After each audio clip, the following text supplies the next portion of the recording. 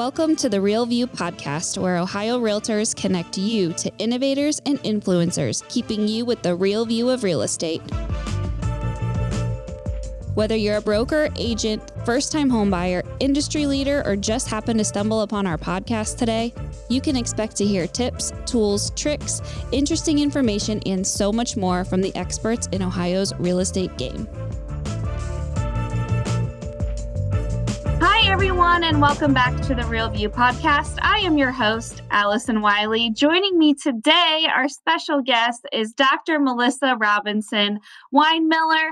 She is an author, TEDx speaker, leadership coach, and a fellow podcast host of the Empathetic Leader podcast. Motivated by personal experience and a deep love of learning, Melissa has conducted extensive research on the role of empathy in effective leadership through the lens of emotional intelligence. Her groundbreaking findings and compelling stage presence have inspired audiences around the world, including TEDx and institutions such as Yale University, Columbia University, and Northwestern University. She also has spoken at Oxford University and Cambridge University and written for LA Weekly, Deadline News UK, the San Francisco Post, and Authority Magazine, among others. Dr. Robinson-Winemiller is on a mission to transform the way we connect and understand one another within organizations by applying strategic, actionable empathy to help build more connected, human-centered workplaces and communities. With more titles currently in development, she continues her work to redefine leadership through the power of empathy and emotional intelligence. Melissa, welcome onto the show. We're so happy to have you. Thank you. I'm so excited to be here. So thank you for having me. Yes, and we are going to dive all into your theory, your brain, pick your mind on empathetic leadership, what it means, and how us, as real estate agents, as leaders, as coaches, as brokers, how we should be harnessing those skills and how you may see us using that and what you've seen in your experiences, how leaders can use that to really grow not only as people, but to help with productivity, innovation. I mean, there's just such a list of things that this could really help bolster. But before we get started and dive into the topic, I would like to hear a little bit more about you. Could you share with us a little bit? I know I read your amazing and impressive bio, but I'd like to hear a little bit from your perspective on your journey, what's led you to where you are today, and tell us a little bit about you and what you do. Yeah, you bet. So this was definitely not a straight path because I don't think anybody grows up and thinks I'm going to be an empathy expert when I grow up. I mean, they just don't. And I was actually a musician. I was a French hornist. So I played in orchestras. I did classical music, and I loved it. I ended up getting into teaching. I was a professor, but the situation I was in was so incredibly toxic. I mean, just not even like normal toxic, like over the top toxic, that it eventually, I had to get out of music altogether because it really messed me up. It destroyed my career. I had to leave the area of the country I was in. And at that point, I was doing consulting work with my husband in the medical field because he's a medical guy, and we would go in and help surgery centers and pain clinics and basically, help them figure things from the ground up. But I kept running into this same problem where people just weren't, leaders in particular, weren't taking care of their people. They didn't understand their people. They didn't understand where they came from. And by people, I mean all stakeholders, employees, board of directors, customers, patients, whatever. So it was like, not only is everybody feeling crummy by the end of this, but they're losing customers. They're losing employees. They're like shooting themselves in their own foot and they don't even realize it. So I decided that this was the path I was going to take. So I dug in and I started studying it. I'm finishing up my second doctorate, which is in interdisciplinary leadership, not because I'm crazy, although I am a little crazy, but mostly because I believe in it that strongly, that I wanted to be the expert in this field. So my dissertation's on empathy and leadership because I think that's the missing piece. Yeah, it's plays such a huge role, and we're going to get into why that is in a minute. But, I just think for even in listening to you describe that from a real estate perspective and just what I hear some of our members struggle with, how do I keep agents in my brokerage? How do I make sure, they're not crumbling from the stress of a market? How do I take care of my clients so that they are repeats and they can send me not only when they are ready to buy or sell again, but for them to give me referrals. And I'm thinking all of this is just what you described from a real estate lens. And I think it's so relevant to this industry as well. So I'm really excited to hear kind of more on your experiences and how you've seen it work really well. So kind of take us back to that moment. What made you decide to turn that experience of being in a terribly toxic situation and run with it and decide this is what the key is here. This is what, I want to dedicate, my life's work to.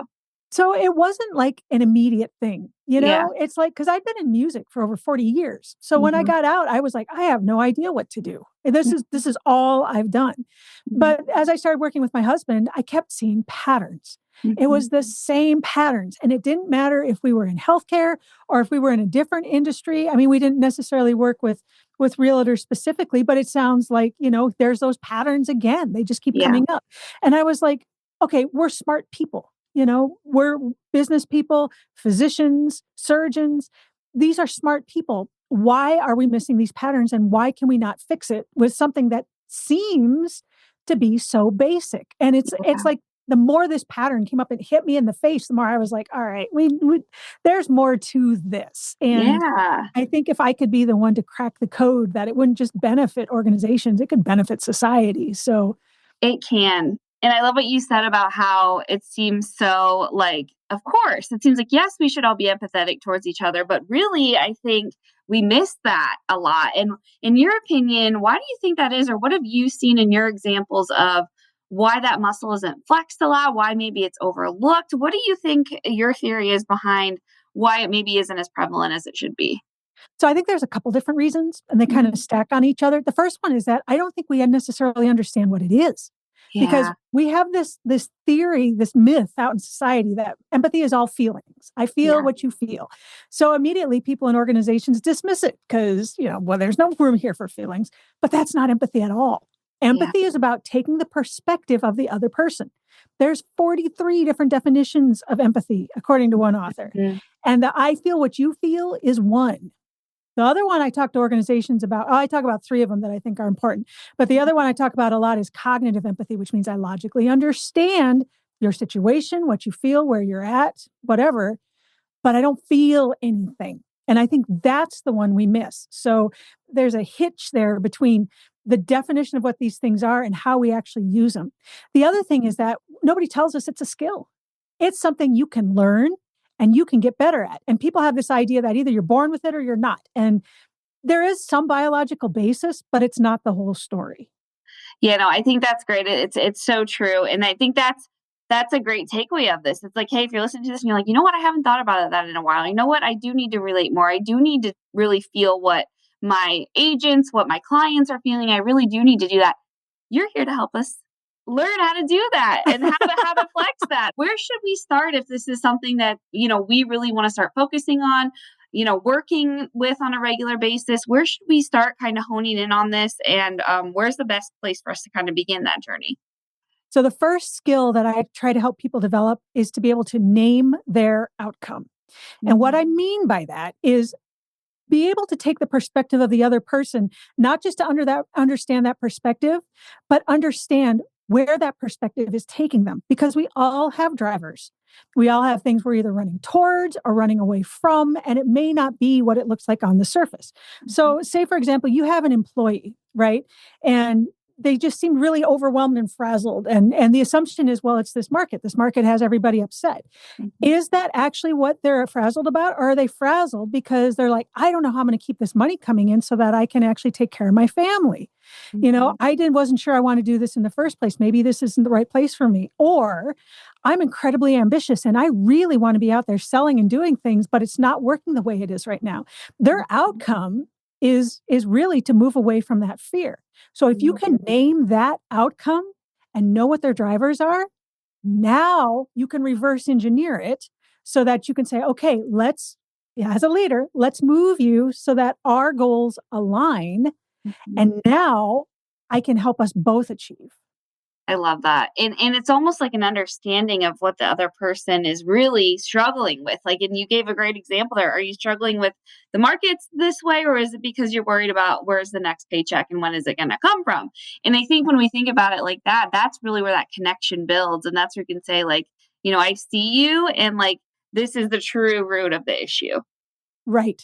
Yeah. Exactly. Because it takes it one step further. It isn't just, "Oh, yeah, I can see you're scared." It's, "I can see you're scared and I can understand why." And that's why the whole name your outcome thing is so important because it takes it to that actionable step. It's not Yeah. there's a lot of people that are like, "Oh, we should have more empathy." Well, that's a great idea. Well, how? Well, I don't know, just have more empathy. Well, no, I need to know actionably what you want me to do. And Yeah. so that actually allows you to take an actionable step to put it into use. Yeah, that's a great first step, a great way to kind of get started in flexing that muscle. Yeah. And what happens, what have you seen when we are able to exercise more empathy, when we are able to really bring that humanized approach, in the workplace? What's the outcome of that? What have you seen? How does this transform both you as a person, both you and your business? What happens when we are exercising this? You actually can increase profit, productivity, and innovation. And I mean, like with big numbers that back it up. Yeah. That's why that's in the title of my book, because I want people to know it's not just use empathy and feel better. No, Yeah. use empathy and get hard results. I've seen employee engagement scores go from like low 70s to mid 90s in like 90 days. I've seen things become a whole lot more effective and efficient because if employees feel that you are empathetic and you want to understand, they'll come to you with all sorts of solutions that maybe you hadn't even considered, but they've been thinking about maybe for years. And now Yes. everything is running more efficiently, the productivity goes up. And when that happens, profit follows. Yep. Employee attrition, you lose 90 to 200% of an employee's wages when they leave. Wow. So much better to keep them in place if you can. And by taking that perspective, you can do that. Yeah, I know our realtors feel that too. That's one of the biggest things that I hear is how do I keep my agents happy? How do I keep them in my office and not going and leaving to a competitor's office? How do we keep them there? And that is such a great way to do it is to make sure that they are seen, that they are feeling seen, heard, and really cared for, and that they're in a safe space where they can grow and thrive and really reach that upper threshold of being able to be amazing agents and do amazing sales.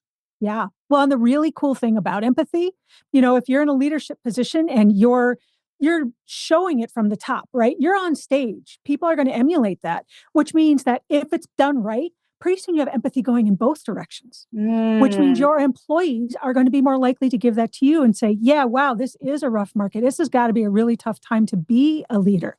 mm, This is when we really need to be able to sink in and work on this together." So I love. it really becomes this culture where everything is simmering together.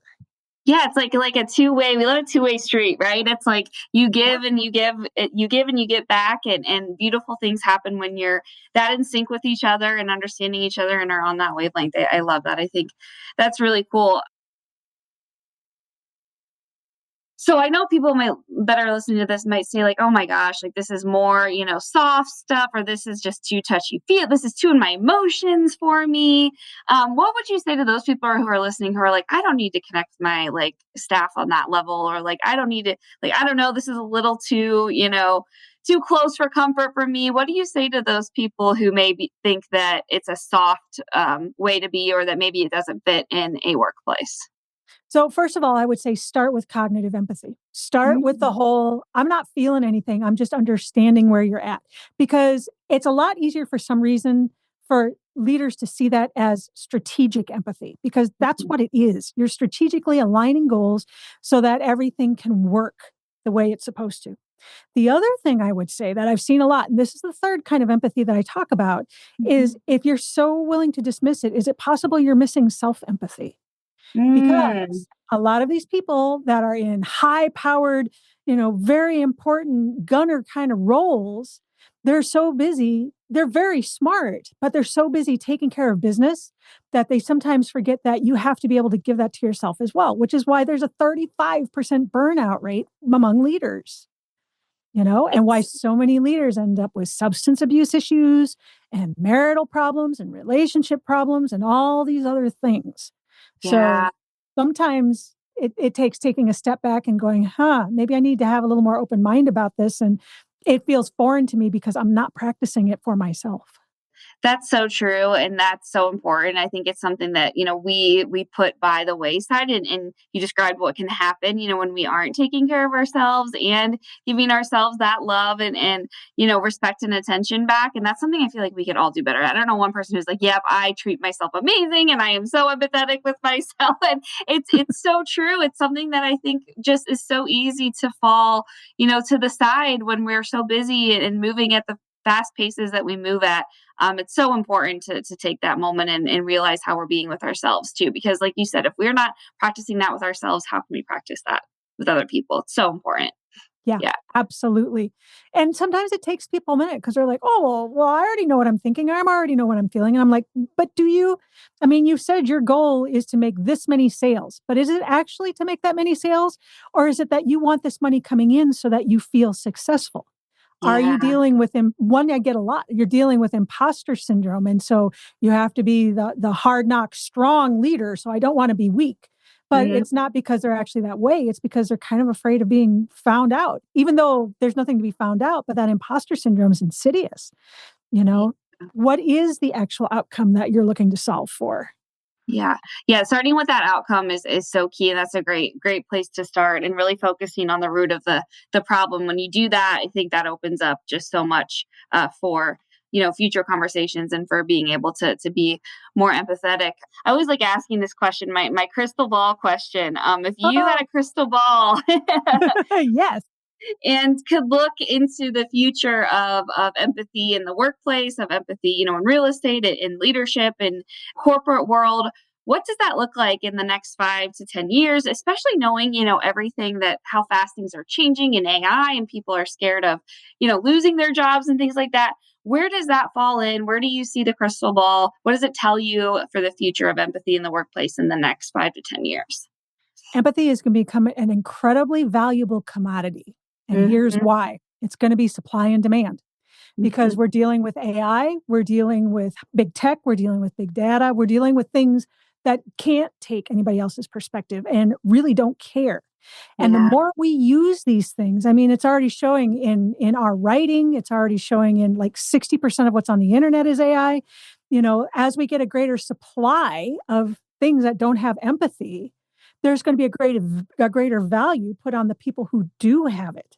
that's So true. they're going to be the leaders that can be supercharged for the future. So the people who start cultivating this skill now are going to be set up to really thrive as these things continue to grow and proliferate. It's so true, and that's really gonna set you apart, and I think people are gonna wanna work with you because of that. That's going to be a skill that's gonna be really valuable and very noticeable, I think, as we head into the future of the workplace. Yes, I agree. Absolutely. Yeah, absolutely. I wanna talk too a little bit just about, how we can make this part of our daily practice, especially because we all know how busy we are. We know, we're running a mile a minute. Leaders at very high positions are so slammed all the time. How do Yeah. we work this in, and maybe talk to us about the myth that this is going to take a lot of time, or we're going to have to evolve our days around this? How do we fit it in on a day-to-day basis, and what does that look like from like a time perspective? It's just like building any other habit. It's more about consistency than it is about time, Mhm. So if you can consistently, when you're talking to your people, just start to throw in those three words, right? Name their outcome. Well, what is Yeah. their outcome? Oh, their outcome's actually this. Well, what is their outcome? Well, I don't know. Maybe I should ask them. Well, what is my actual outcome with this? Just three words. Just put them in place.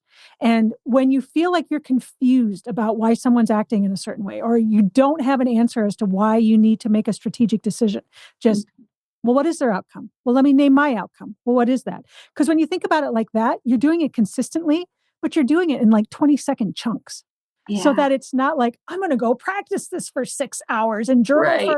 another. That's not going to work. People are too busy. But if Yeah. you can just start to instill that habit, name their outcome, name their outcome, name my outcome, name their outcome, now you're making it consistent. And pretty soon it just becomes a habit. Yeah, and it doesn't have to be some, overwhelmingly hard thing to do, or oh my gosh, I'm going to have to, carve out all the time to do this, and it just starting with that basic question. It's a great way to start practicing that. Yeah, I Yep. love it. I love it. What happens when we aren't empathetic? And I know you mentioned your experience. You said, I had someone who was not, and it was a horrible situation. What could be the consequences if we aren't practicing this? And we talked a little bit about that in the sense of, being valuable and, having that retention. What Mhm. really could be, the negatives of this if this isn't something that we're trying to incorporate regularly? At the very best, a lot of goals are gonna end up misaligned, Mm, which is going to cost profit, productivity, and innovation, which is where you get a workforce that's kinda like, I guess I could stay here if I have to, but maybe I'd rather go there," and that's the best case scenario. At yeah. worst, you can come off as tone deaf and Hmm. just really make a mess of things. Hmm. One of the examples I tend to give, because it's one that I think everyone has had experience with, is when you're in a relationship with somebody, right? And I mean, this is very cliche, but you're at home and you've had a hard day and you're like, I just need someone to hear me. I just need someone to listen.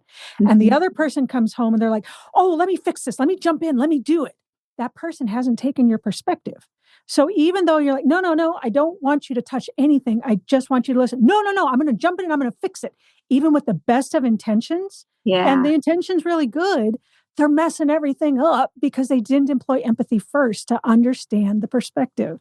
And now Mm. you got a fight on your hands. Mhm, and it's like, "I don't need you to solve the problem, I just need you to listen and sit in it with me," and, like, that's something, because I'm a problem solver too, I'm like, "Well, here's how to fix it, and here's what we're gonna do to make it better," and it's like, no, they just want someone to sit in it with them and say, like, "Hey, you're not alone in this, I got your back, and, like, I'm here for you." Right, exactly. Because even though your intention's good, I want to fix this, I want to help you, I want to do this. By doing that, you're making it worse because you haven't Yeah. taken their perspective. And their perspective is, I've got this, I'm capable. I just need someone to be able to talk through this with me. And Yep. there's a big mess that's been created, even though it didn't need to be. And it's Yeah. just a matter of taking their perspective.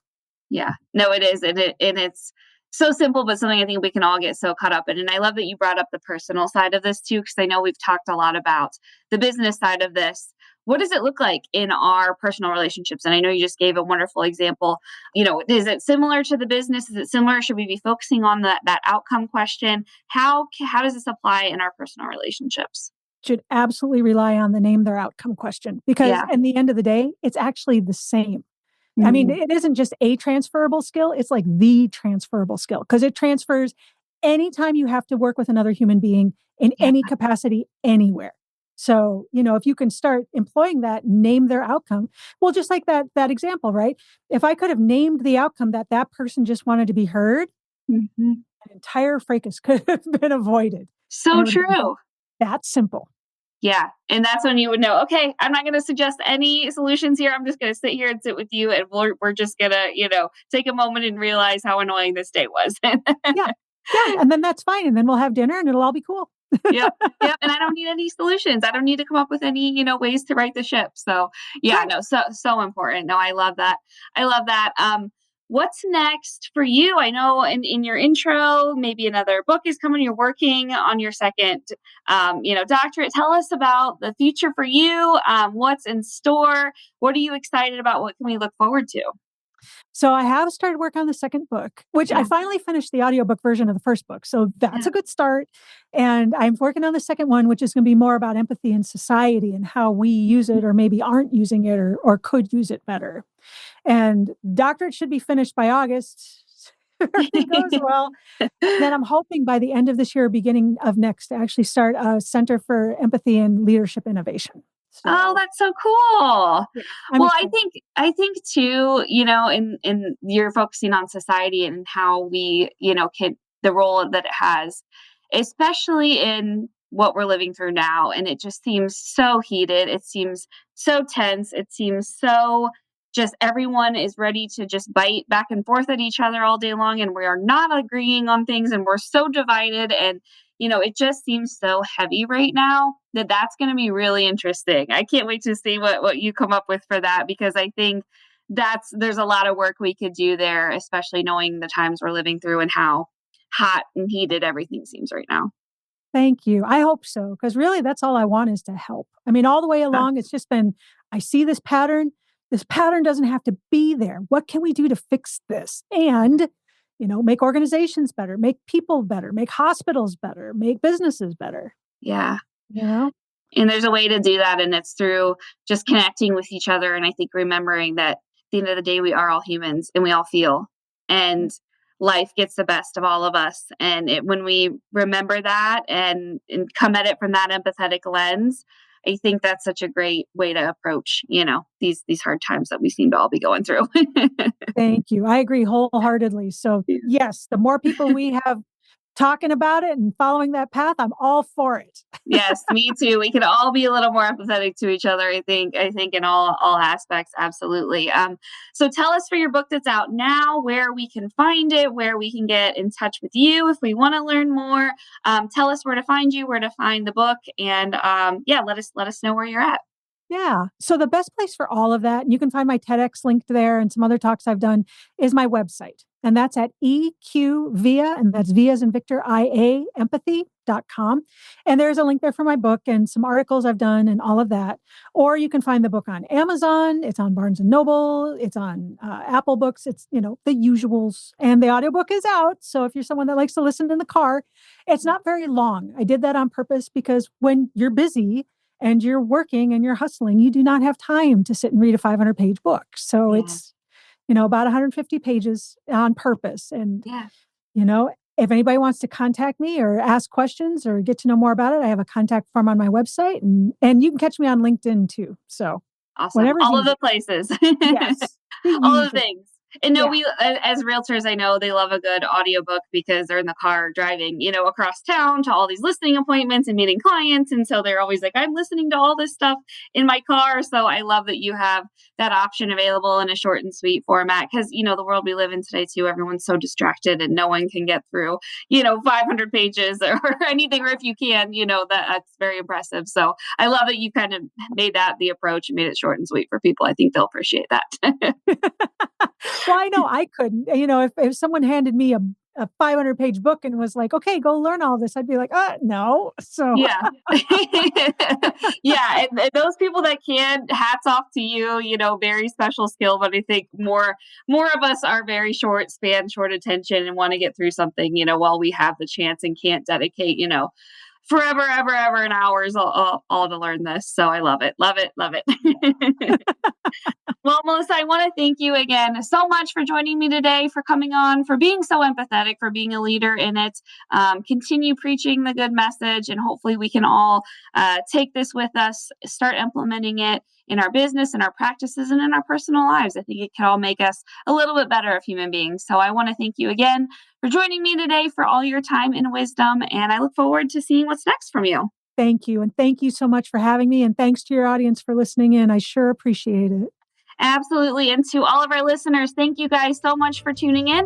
We'll be back with you next week. We'll talk to you then. Thank you for listening to The Real View. That wraps up today's episode.